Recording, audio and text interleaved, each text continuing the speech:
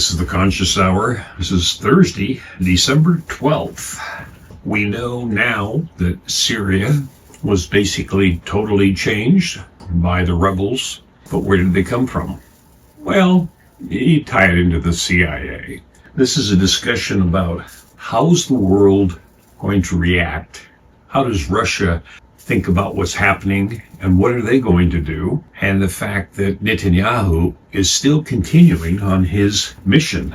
And his mission is to control what he calls gain access to the Greater Israel Project. And you'll see a map later that explains how far the U.S. and its allies are assisting Israel of going in and taking over that entire region.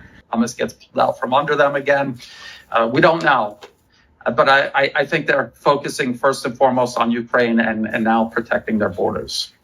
I would say that Russia's probably looking at this like, well, the United States is going to have to pool resources into what's going to happen into Syria. And I'm curious of whether they're considering that might give them some reprieve regarding Ukraine or even just the overall strategy of moving toward Russia at an accelerated pace.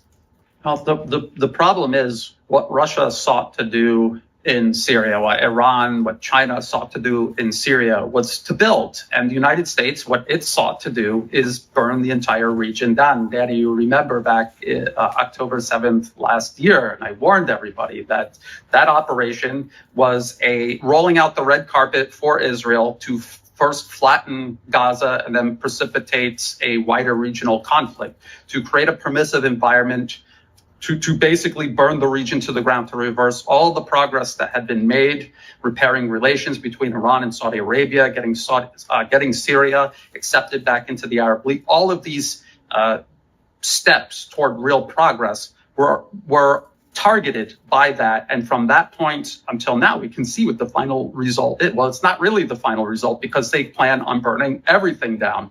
And so for the United States, yes, they're going to invest resources into the Middle East, but it's always easier to burn everything down than to build it up. This is the advantage the U.S. has, in addition to the huge momentum behind their primacy over the globe. They have the advantage of just wanting to burn. They're not trying to compete with Russia and China and Iran and building things up. Their answer to the Belt and Road Initiative is to just arm terrorists and have them attack the infrastructure and literally burn it down. So this is the problem. This is the problem that the multipolar world faces. They're trying to build something large globally, and the U.S. wants to destroy it. And they're very good at destroying things. That's the one thing the United States these days is still good at, is just burning everything down. So that is the unfortunate part. And I think they have. And that's a reality check, folks, because look at our history. The United States has been in more wars than any country in the world. We go in, bomb the shit out of them, steal their resources, put in, we'll call them terrorists to run their country to support the needs of the United States. And this is where we are. Now, the question is, how does the world stop this? Does Russia just roll over? Do all the other allies of Russia just roll over and allow this to happen? I don't think so. So the clock is ticking, and Congress got us into this situation. 93% have been paid by AIPAC, which is to achieve the Greater Israel Project. That's what's happening, folks. So the only way we can get out of this is by a course correction by the United States government, but they're kicking the can down the road because they had to get to the next election where Trump will come in.